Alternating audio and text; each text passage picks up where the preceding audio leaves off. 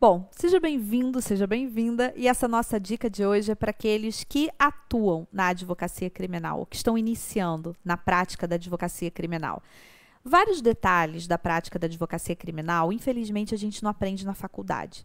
A gente só aprende com a experiência, aprende no dia a dia, aprende porque um colega que já exerce advocacia criminal conta pra gente ou sugere.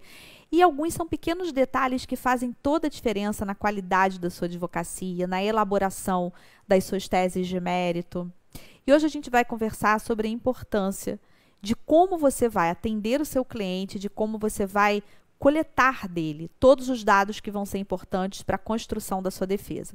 Quando o cliente procura você, seja na época em que ele foi citado e você vai ter que oferecer uma resposta à acusação, ou no caso de você ter que elaborar alegações finais por memoriais, ou se for um recurso de apelação, enfim.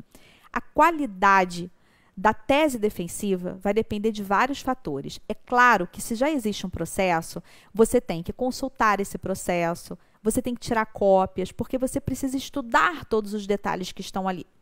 Mas muitas vezes, aquilo que você vai alegar, ou as testemunhas que você vai arrolar, isso vai depender do que o cliente fala para você, da narrativa dos fatos.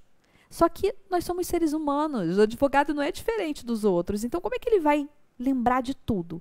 Vai marcar consulta com o cliente, vai atender o cliente, vai ter que construir depois uma peça defensiva. Mas como você vai lembrar? Então, eu dou duas dicas importantes. Se o seu cliente der o consentimento, grave. Porque você pode escutar depois, na hora que você for elaborar a peça, você pode escutar para ver quais as testemunhas que são interessantes de serem arroladas ali. Mas você também pode pedir para o seu cliente, o que eu também acho muito válido, que ele escreva com todos os detalhes.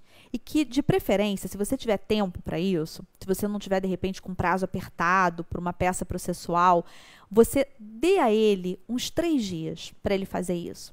E peça a ele, olha, depois que você escrever tudo, não leia de imediato, não. Leia no dia seguinte. Por que isso? Porque, às vezes, quando a gente olha um conteúdo que a gente escreveu e a gente faz isso no dia seguinte, gente, isso pode ser uma história que a gente conta, isso pode ser um livro ou um artigo que a gente está escrevendo. A gente acaba lembrando de algumas outras coisas importantes. Poxa, eu esqueci de falar que a pessoa tal estava no local, ou eu esqueci de dizer que eu estava em frente a uma loja que eu vi que tinha uma câmera, ou eu esqueci de dizer que o vendedor daquela loja me chamou depois e perguntou se estava tudo bem. E às vezes é um detalhe que pode fazer importância, pode ter toda a importância do mundo numa prova, por exemplo, que vai ser produzida, ou uma prova documental, ou uma prova testemunhal. Portanto, se você grava o que você conversou com ele, e se ele escreve detalhadamente, você vai poder estudar essas informações depois. A advocacia criminal, ela exige, ela envolve um estudo de tudo que aconteceu, de tudo que o cliente narrou, do processo, se o processo já existe, ou então da investigação que foi realizada, seja uma investigação em sede policial, se houve um inquérito, ou se foi o caso de uma investigação defensiva, mas você precisa estudar o conteúdo para que você possa desenvolver todas as suas teses. E, como a gente geralmente não aprende isso na faculdade, a não ser que de repente tenha praticado muito na época de estágio, tenha aprendido com alguém, fica a dica. Espero que seja importante para você, que você consiga aplicar isso no dia a dia da sua advocacia, porque certos detalhes fazem toda a diferença na prática, ok?